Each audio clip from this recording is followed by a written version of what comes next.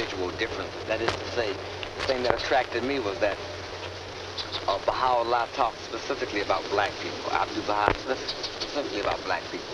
And also they talked about Indians, you see, about Eskimos. And I don't think that we can name any religion that so emphasized the need for other religions, for other groups to come into the faith, not because the faith was paternalistic, but because the faith needed them.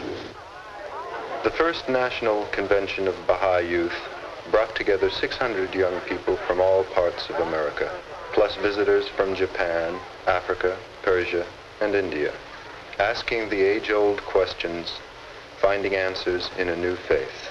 Well, I'm now serving as a medic in the Army at Fort Campbell, Kentucky, and I arrived at the position of serving my government in a 1AO capacity after agonizing over it for some time. And it's of course the official policy of the National Baha'i community that Baha'i youth, Baha'i young men, will accept non-combatant military training and service.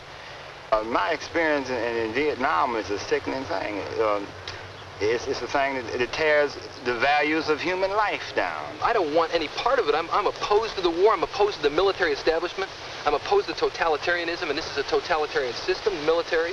I resent it. I resent what it does to me and what it does to other people. I'm opposed to what it's doing in Vietnam, but it seems to me that to be obedient to the institutions of the faith, and in this case, it's very important because they're considering the long run in history. As Baha'is, we believe prayer is awfully important. In fact, we believe it's essential. It is your communion with that force out there that controls all things. We call it God. God is a terribly misused word. God is dead, God is alive. The force that propels the universe, the atoms that make us up, the life force, seem to be very much alive. Baha'u'llah says we must, through understanding our governments and participating as Baha'is, and yet not revolutionizing against the government, through the Baha'i order, we will establish this new world. It means at the time, however, it means at this present time, a certain amount of working under the yoke of our governments. The Universal House of Justice tells us that this is the very heart of the age of transition, and that the old society is crumbling and falling down, and we're in the middle of it, and we can't help but be pulled by the things, in many directions, by the things that are going on. This is the United States, and you have a white racist government. I wonder what would happen if we started appealing to black people to vote for their own black government, to govern their own black nation, to make treaties and alliances, to do their own civil construction, to turn inward the billions of dollars they spend in the white nation. You think that your government would allow us to do that? As I listened to Mr. Bing and to Mr. Collier tonight, I said, what a pity there has not been one lie told up here tonight. And if it is bothering the Baha'is, white or black, I suggest that you do your thing. I'm working mine out by individual investigation of the truth, by individual prayer, and some other things. And this is something that you will have to do individually. We call it deepening. Recently, I received this horrible name of headmaster. We don't use that term in Harlem Prep. I'm the principal teacher, or I'm just plain CARP, C-A-R-P, an abbreviation of this name, Carpenter.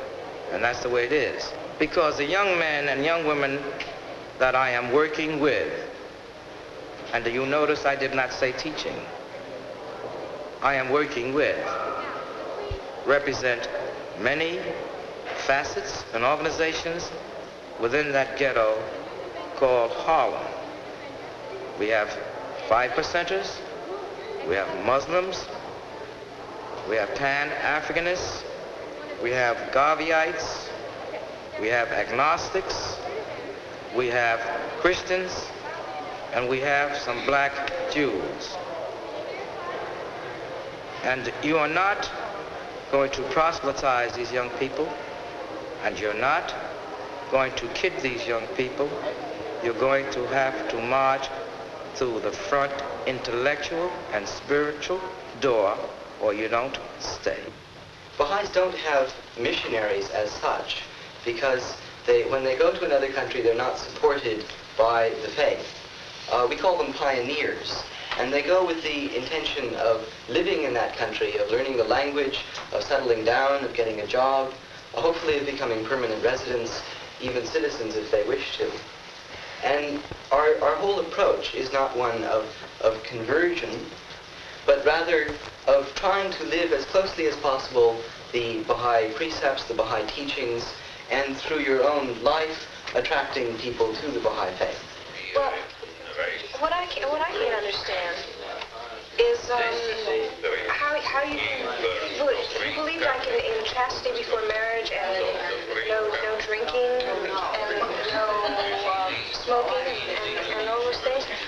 Haven't you read Freud or I mean doesn't this seem like a terrible constraint on things that are natural and beautiful in life? The point is that, for instance, a friend of mine from Los Angeles was saying that some of the younger kids there, when they were at a Baha'i summer school or Baha'i gathering, would ask the adults in charge to tell them how far they could go and then, what they couldn't do. And this isn't the point at all. The point is that what is important to us is human relationships and the power of the mind. And anything which beclouds those relationships or gets in the way is to us bad.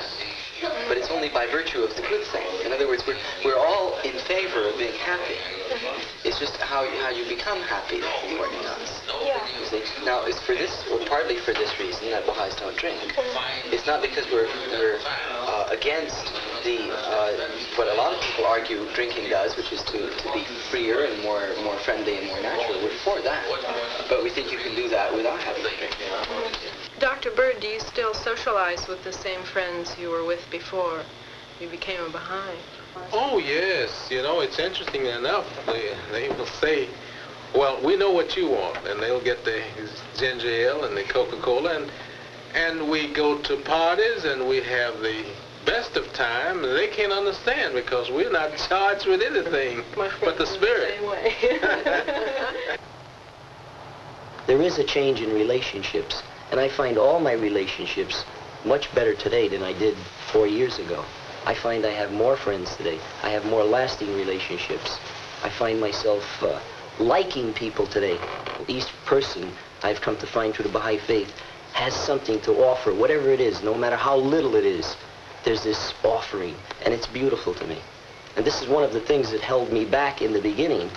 I had quite a bit of difficulty accepting the Baha'i faith because I couldn't understand something so simple and beautiful being true. Well, of course, the whole brunt of Baha'i teachings is directed toward the establishment of world peace. And you will remember in the tablets of Baha'u'llah, for instance, in the tablets of the kings, there's a great deal that is said about universal peace, about the creation of a peaceful society. I'm beginning to understand quite a bit more about this non-involvement in politics. Can you add anything to this, Jerry, that would enlighten me a bit more and give me more information on this? Well, it's difficult. I think the basic difference between the Baha'i attitude on politics and the non-Baha'i attitude is the basic function of a Baha'i is to solve problems and leave his personality out of it. The whole basis of politics is antagonism. Society divides itself into interest groups, into conflicting parties, and they struggle. And out of the struggle emerges the victory of one party over the other. Whereas in Baha'i life, even though we may start with positions which are far apart, every attempt is made to bring people together, yes, to diminish the gap between them, so that at the end of the process of consultation and discussion, everyone is finally unified and the program is arrived at, which is then universal, which includes everyone, no winners, no losers, one single unified community. We are all the fruits of one tree. are all the waves of one sea. The day has come when all men must live as one. Ye are all the flowers of one garden, and the waves of one sea, and the leaves of one... Hey, where are you from? We're from South Carolina, California, Washington, and Arizona. There's a new wind blowing. We're the Outlaws Army! And free. Makes you strong as a mountain, makes you move like the sea. Then you fly like a bird to eternity. Well, the trumpets have sounded, calling me. There's a new wind blowing on the sentimental breeze. Makes you strong as a mountain, makes you move like the sea. Then you fly like a bird to eternity.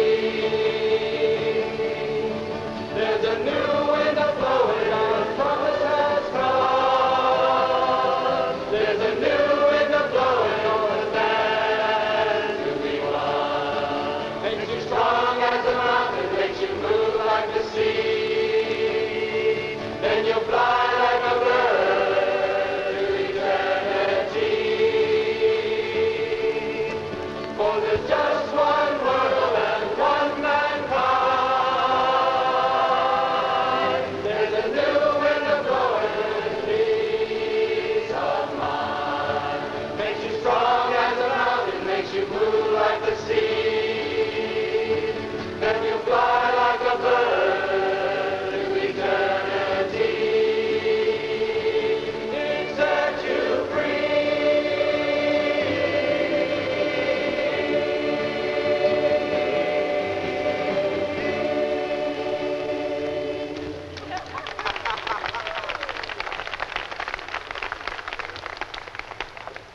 Splendor hath been shed upon the world. Baha'i, a new faith for a new age. Yet its roots are set deep in the past.